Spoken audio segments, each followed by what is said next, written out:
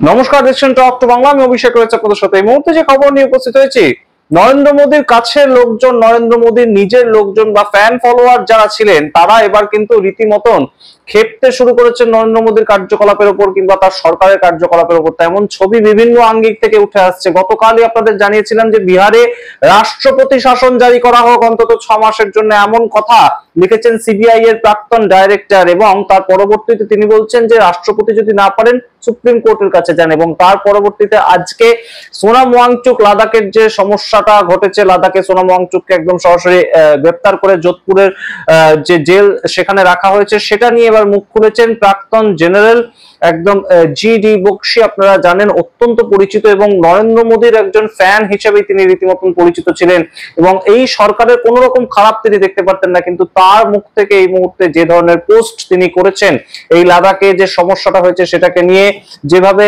কেন্দ্রীয় সরকার একদম আগ্রাসন দেখাচ্ছে, সেটার ভিত্তিতে তার যে বক্তব্য, সেটা কিন্তু অবশ্যই এই মুহূর্তে ভাবতে হবে বই কি কেন্দ্রীয় সরকারের মাথাদেরকে, এবং তারা কি করছে সেটা নিয়ে কেন দেশের মানুষ এতটা উদ্গ্রীব হয়ে গিয়েছেন। এবং যারা তাদের ফ্যান ফলোয়ার, যারা তাদের সঙ্গে সবসময় ওঠেন বসেন, সমস্ত কিছুতে তাদের ভালো কিছু দেখতে পান, নরেন্দ্র মোদীর কখনোই খারাপ বলেন না, তারা পর্যন্ত যখন মুখ খুলছেন তখন অবশ্যই কোথাও না কোথাও সমস্যা তো কেন্দ্রীয় সরকারের মনে হয়। তেমনই কিন্তু অনেকে মনে করছেন। কি বললেন জেনারেল জিডি বক্সি, অবশ্যই আপনাদের পুরোটা পড়ে শোনাবো।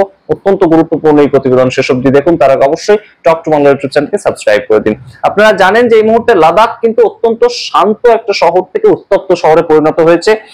আমরা দেখতে পেয়েছিলাম যে লেতে একদম 4 জন মানুষ মারা গেছেন এবং প্রায় 50 জনের বেশি মানুষ আহত হয়েছে। তার পরবর্তীতে সোনাম ওয়াংচুক, যিনি পলিটিক্যাল অ্যাক্টিভিস্ট এবং তার সঙ্গে সায়েন্টিস্ট এবং ইনোভেটর হিসেবে পরিচিত, এডুকেটর হিসেবে পরিচিত, তাকে গ্রেপ্তার করেছে কেন্দ্রীয় সরকারের পুলিশ। এবং লাদাখের কিন্তু অবশ্যই আপনারা জানেন যে কেন্দ্রীয় সরকারের দ্বারা পুলিশ পরিচালিত হয়, তার কারণ লাদাখটা হচ্ছে কেন্দ্রীয় শাসিত অঞ্চল এখনো পর্যন্ত।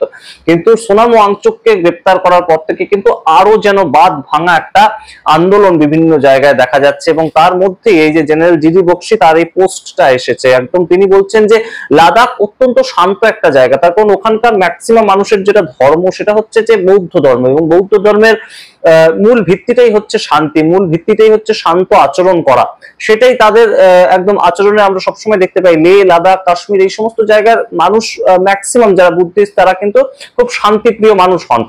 কাশ্মীরের সেই প্রভাবটা না থাকলেও লে বা লাদাখ সেই জায়গায় কিন্তু এই প্রভাবটা দেখা যায়। কিন্তু সেখানে এই ধরনের ঘটনা যখন ঘটছে, কেন্দ্রীয় সরকারকে ভাবতে হবে, এরকম বলছেন general G D Bakshi. I feel a stab of a pain in my heart as I see the scenes of distress and violence in Ladakh. 4 people have been killed, over 70 wounded. The people of Ladakh are such simple and sweet people. Being Buddhist, they are so kind-hearted, yet they make the best mountain troopers in the world. They have laid down their lives to defend India and earned so many awards for bravery, including Ashok Chakra. I feel so distressed at any suffering in that Sranghila. Ladakh is a very vital and strategic border state. We simply can't afford to alienate these brave and patriotic people. We must be sensitive to any distress or suffering there. একদম সরাসরি তিনি বলছেন যে লাদাখের যে মানুষ, তারা Buddhist মানুষ, তারা খুব শান্তি প্রিয় মানুষ, এবং সেখানে এই ধরনের উত্তপ্ত পরিস্থিতি আমরা কখনোই ভাবতে পারি না। এবং লাদাখের মানুষ সবসময় দেশের জন্য আত্মবলিদান করেছেন, এবং দেশের জন্য আত্মবলিদান করার মাধ্যমে তারা অশোক চক্র পর্যন্ত নিয়ে এসেছেন, বিভিন্ন অ্যাওয়ার্ড দেশের পক্ষ থেকে তারা জিতেছেন। এবং সেই জায়গায় এই ধরনের 4 জন মানুষ মারা গিয়েছেন এবং 70 জনের বেশি আহত হয়েছেন, সেটা তো কখনোই মেনে নেওয়া যায় না। এবং তিনি খুব দুঃখ বোধ করে এই যে তার সামগ্রিক পোস্টটা তিনি করেছেন। তার পরবর্তীতে তার বক্তব্য, I am told that the CIA playbook is being played again and NGOs are pumping money to stage a color revolution. The CIA always fishes in troubled water. অর্থাৎ CIA এই যে বিষয়টা, সেটাকে নিয়ে কিন্তু জল ঘোলা হচ্ছে, এবং সেটা জেনারেল মেজর বক্সি যখন বলছেন, তার কথার অত্যন্ত গুরুত্ব কিন্তু রয়েছে। সিকিউরিটি পারপাসে তার যে জ্ঞান, তার যে এক্সপিরিয়েন্স, সেটা কিন্তু অবশ্যই গ্রহণ করার মতন। এবং তার পরবর্তীতে তার বক্তব্য, they want 6th schedule in the constitution. What is so wrong with that? একদম বক্তব্য যেটা, কেন এই আন্দোলনটা করতে শুরু করেছিলেন সোনাম ওয়াংচুক এবং তার যে আশেপাশের লোকজন, তার ফ্যান ফলোয়াররা, তার কারণ সংবিধানের 6th শিডিউলের মধ্যে তাদেরকে ইনক্লুড করতে হবে। এটার মধ্যে ভুলটা কোথায়? এবং সেই একদম যে তাদেরকে এই অধিকারটা দেওয়া হবে, তাদেরকে পূর্ণ রাজ্যের তকমাটা দেওয়া হবে, এই যে প্রতিশ্রুতিগুলো তো বিজেপি দিয়েছিল ভোটের আগে, তাহলে কেন সেগুলো মানা হচ্ছে না? এই কথাই এর পরবর্তীতে লেখা আছে। আপনারা একদম কোট আনকোট দেখুন, what is so wrong in that the BJP had promised it. একদম সরাসরি বক্তব্য যাচ্ছেন যে বিজেপি তো এটা প্রমিসড করেছিল, why can't we give it? Is it there in the N states and in ALP? The youth is facing unemployment and are heavily on the social media. Hill states are ecologically fragile. I feel we must mollycoddle and nurture such brave and patriotic people. India can't afford to alienate them.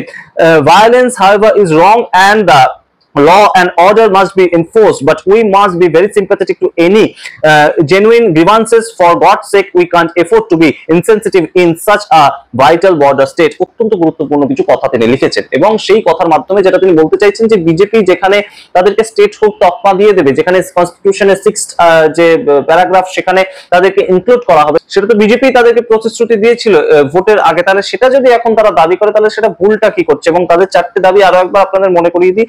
একদম সরাসরি লাদাখকে পূর্ণ রাজ্যের সম্মান দিতে হবে, আপনারা সবাই জানেন সেটা। তার পরবর্তীতে লাদাখকে সংবিধানের 6 নম্বর অনুচ্ছেদে শামিল করতে হবে। তার পরবর্তীতে 2 জন এমপি দিতে হবে, অর্থাৎ লাদাখকে থেকে 2 জন এমপি সিট সম্পূর্ণভাবে তাদের দিতে হবে, যারা লোকসভায় গিয়ে তাদের রিপ্রেজেন্টেটিভ হিসেবে কাজ করবেন। এবং তার সঙ্গে আদিবাসী সম্প্রদায়ের তকমা, লাদাখের সামগ্রিক যারা জনবসতি তাদেরকে আদিবাসী সম্প্রদায়ের তকমা দিতে হবে। প্রত্যেকটি লাদাখ ওরিয়েন্টেড, তাদের যে সভ্যতা সেটা ওরিয়েন্টেড। এবং তার পেছনেই মেজর জেনারেল বক্সি থেকে শুরু করে সোনম ওয়াংচুক যে কথাটা বলছেন, কেন আমরা স্টেটহুডের তকমাটা চাইছি, তার কারণ বিধানসভা এলাকা না থাকলে চাকরি সংস্থান হচ্ছে না, অর্থাৎ বেকারত্ব বেড়ে যাচ্ছে, আনএমপ্লয়মেন্ট বেড়ে যাচ্ছে। ছেলেমেয়েরা পড়াশোনা শিখে যদি লাদাখের ছেলেমেয়েরা লাদাখের কাজে লাগতে না পারে, লাদাখের ছেলেমেয়েকে যদি বাইরে চলে যেতে হয় অর্থ রোজগার করার জন্য, তাহলে তো লাদাখের কোনো উপকার হলো না।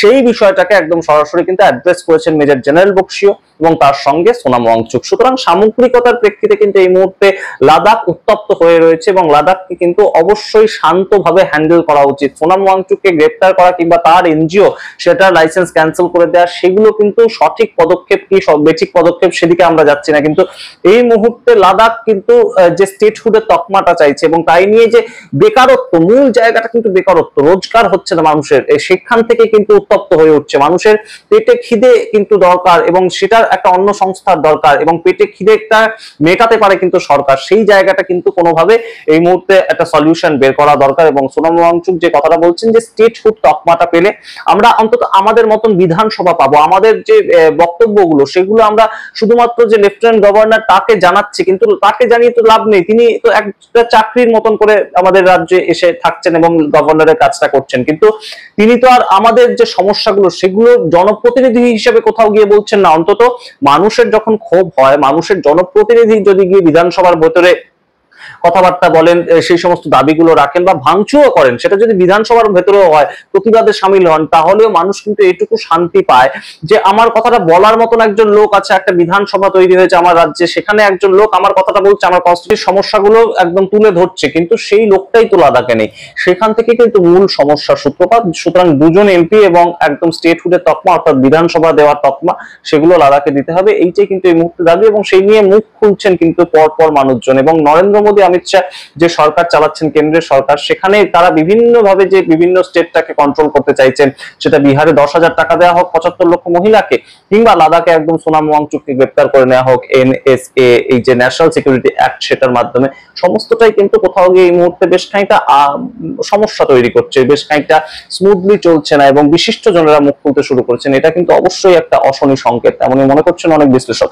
আপনারা কি মনে করেন সামগ্রিক ঘটনা? অবশ্যই কমেন্ট বক্সে কমেন্ট করুন। দেখতে থাকুন টক টু বাংলা, অবশ্যই টক টু বাংলা ইউটিউব চ্যানেলকে সাবস্ক্রাইব করে দিন। ধন্যবাদ।